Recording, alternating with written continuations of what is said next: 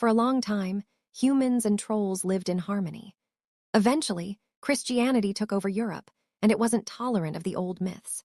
King Olaf of Norway sent out his soldiers to drag the trolls out of the caves into the sunlight, which turned them all to stone.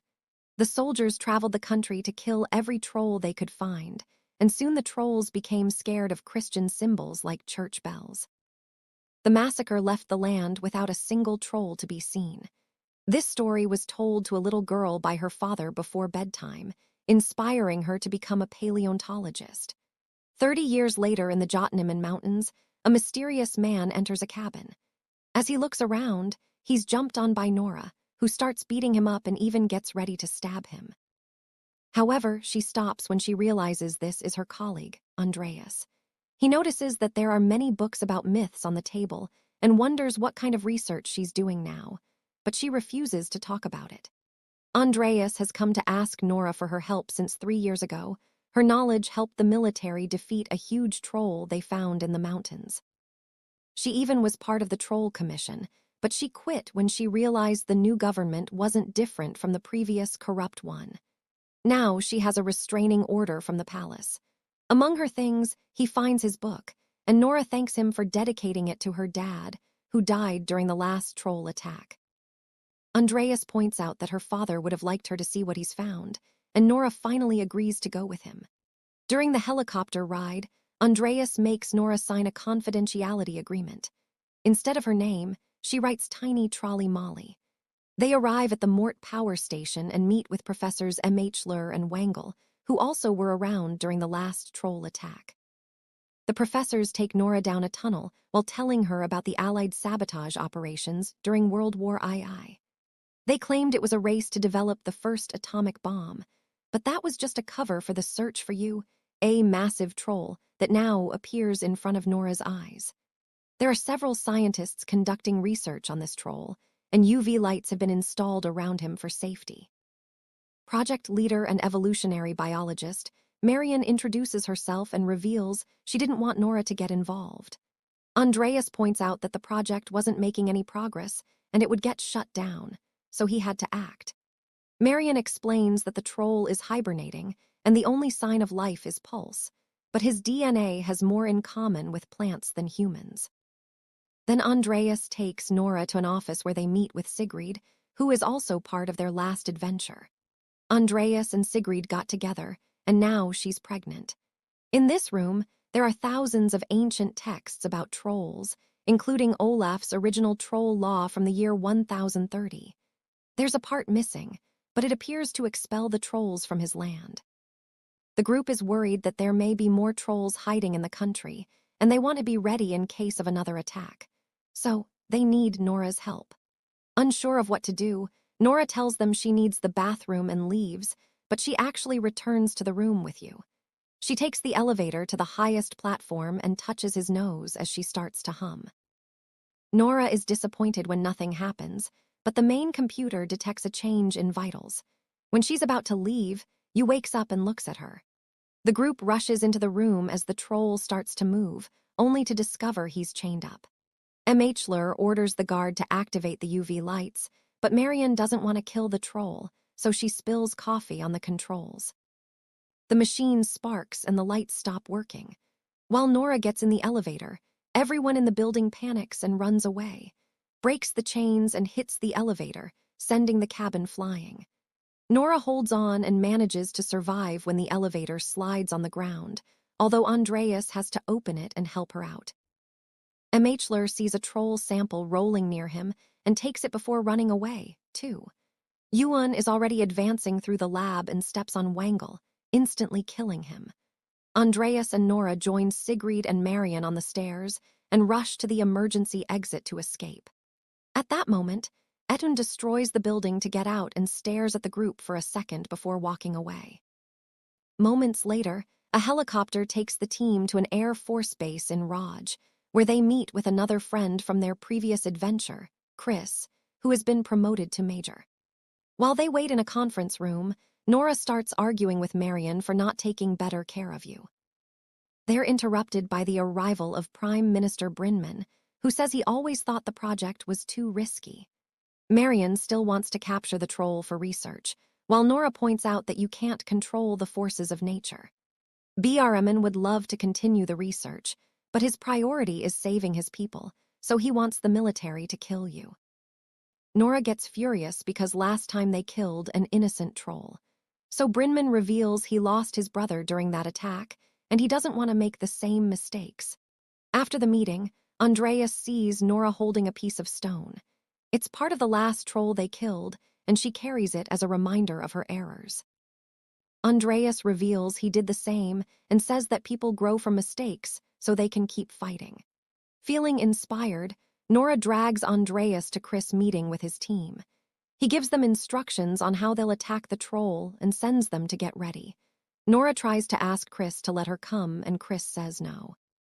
So Nora changes his mind by saying he owes it to her father, who was killed by the last troll. Marion also joins them, and Kris shows them that the military has equipped their choppers with UV lights for troll hunting. Meanwhile, in a ski resort in Buskerud, people are having fun drinking and dancing. Suddenly, the building starts shaking, and the disco ball falls in the middle of the dance floor. The crowd hears some growling before you rips off the ceiling and peeks inside. Everyone takes pictures until Yun roars and reaches inside, causing them to panic and run. Guests start getting hurt as they push each other and parts of the building start falling. Yun keeps reaching inside to grab as many people as he can to eat them without even chewing. Soon, the helicopters arrive and turn on the UV lights. By flying near the troll, they burn several spots on his body. They manage to pull this off twice before Yu tosses an electric pole at them, causing severe damage to one of the choppers. Kris checks on his fellow pilot, who tells him it's been an honor to fight with him. His helicopter then goes down and crashes in a big explosion that kills everyone inside. Kris is furious and hungry for revenge, but his chopper has received some damage too, and Nora tells him not to do anything stupid. As Kris stares at his enemy, Yu decides to leave. Afterward, Kris approaches the crash site to say a few words for his friend. Marion can't believe the trolls were this ruthless, but Nora clarifies the last one wasn't like this. He only wanted to go home. She thinks they behaved like this because humans have been mistreating them for years. Andreas wonders if they could communicate with Yun, and Nora says she knows someone who may help. In Leia, a man who lost his house during the last attack has finally finished repairing it. Suddenly, the table shakes and his dog barks like crazy. Soon, Yuan shows up and steps on the house, destroying it again. In the Door Mountains, the group arrives at a restricted military area and finds a piece of broken fence to go through. They enter an old cave, and Andreas finds a sticky substance on the wall.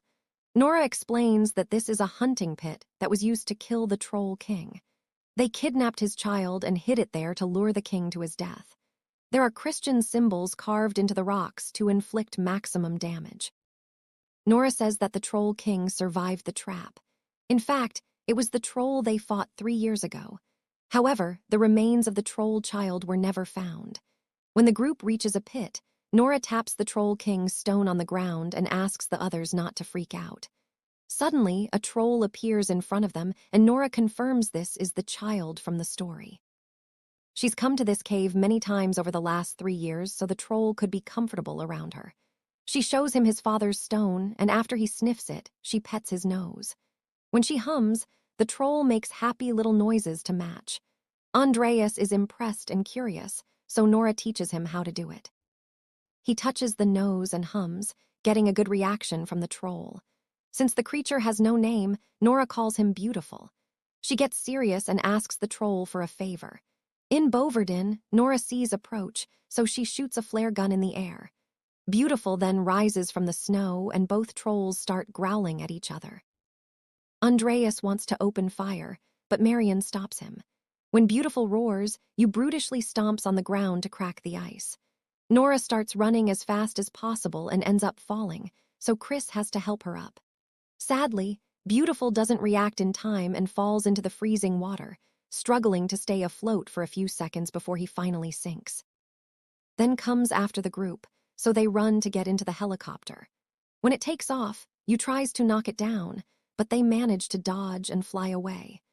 Nora has a breakdown as she stares at the hole where Beautiful sank. At an air ambulance base, Nora tells Marion the story of how he managed to bring Beautiful out of the cave once. He didn't try to destroy anything. He just sat down and looked at the stars for a while before going back to the cave where he felt safe. The group looks at a map tracking's journey, and Marion realizes it's the Pilgrim's route, which goes north to Nadero. Nora checks her notes and remembers her father's stories. Nidaros was the capital back then, and Olaf ruled from there. This means goal is revenge. They fly to Trondheim to meet Esther, an old friend of Nora's dad. She shows them the Nidaros Cathedral, which was built between 1070 and 1300 and was later renamed the Heart of Norway. Here, the church ruled the country without mercy. Since they're entering a church, Kris leaves his weapons at the entrance. Nora explains she's here for Olaf's tomb, so Esther guides them through an underground tunnel. She wonders why the church hid Olaf since he supposedly was very important for them, guessing that they had a disagreement. They enter an empty room, and Esther explains that people have been looking for the tomb for years to no avail. Marion notices the same symbol they saw on the cave. So the group starts searching too. They find a mural of Olaf on a wall, and when Andreas touches it, a small piece falls and leaves a hole in Olaf's stomach. Esther remembers that during the final battle, Olaf was wounded in his belly, his thigh, and his neck. She touches all those spots, and pieces of the wall come loose to reveal holes where the wounds should be. Nora inserts torches in the holes, and as she starts turning them, they can hear mechanical noises in the wall. When the 3 torches are fully turned, a door appears and Andreas helps her open it. The group enters the chamber on the other side and finally finds Olaf's tomb in the middle of a pond. Nora wants to open the coffin, and Esther thinks it would be disrespectful, so Nora has to remind her that it's an emergency. They push the heavy lid together, and inside they find Olaf's skeleton holding his sword. Since it's made of silver, it hasn't rusted, but it also means it's useless as an actual weapon. Inside Olaf's pocket, they find the missing piece of the troll law. The group leaves the chamber to send a picture of the paper to Sigrid, who puts it together with a half in the institute. Now they can read the complete text and learn that Olaf was against kicking the trolls out of the country. The church killed him so they could carry on the massacre. YouTube doesn't want revenge on Olaf. He wants revenge on humanity. Meanwhile, videos of the attack on the resort and the man's destroyed house have gone viral and are appearing on media all over the world. The governments of other countries are worried about what the troll may do and threaten to take action if necessary. Brinchman appears at a press conference and explains they're evacuating all the people on the Pilgrim's route, but he has no answer for the reporter asking how he'll solve this. Kris is called back to the base, but he ignores the message and stays with his friends so they can fight together. The group wonders what Olaf used to fight trolls back in the day since silver isn't strong. Nora remembers the pond and dips a knife in holy water before touching the Troll King's stone with it. The stone immediately breaks in half, confirming that trolls are weak to holy water. Afterward, Kris and Marion run to talk to the people being evacuated and ask for their help. The crowd cheers, ready to defend their country. While Esther teaches Andreas how to ring the church bells, a line forms from the pond to the military trucks to transport buckets of holy water that the soldiers use to fill their weapons. In the evening, finally shows up and brings down a few buildings. As he makes his way to the church, Esther and Andreas start ringing the bells, which hurts ears and slows him down. Then the soldiers open fire and the holy water ammo hits Ewan's body in several spots, slowly hurting him. Etun loses his mind and throws a tree at the church, destroying the bells. Andreas and Esther managed to run before they could get hurt. The soldiers keep on shooting, but the damage caused by holy water isn't as effective as they expected, and Ewan continues to advance. Kris blows up the line of explosives they've installed on the ground, and this time the burns are severe, but the troll is still alive. The group starts running as Ewan comes for them, but he freezes when he hears a roar.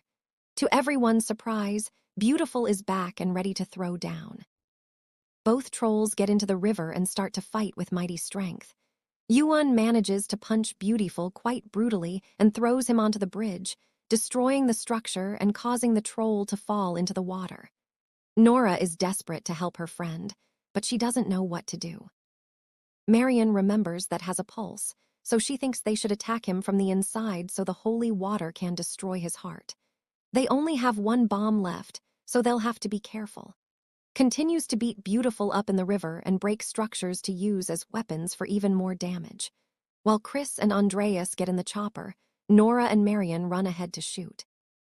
It doesn't do much damage, but at least it keeps him distracted, although Beautiful is still stuck in the water under his enemy's foot.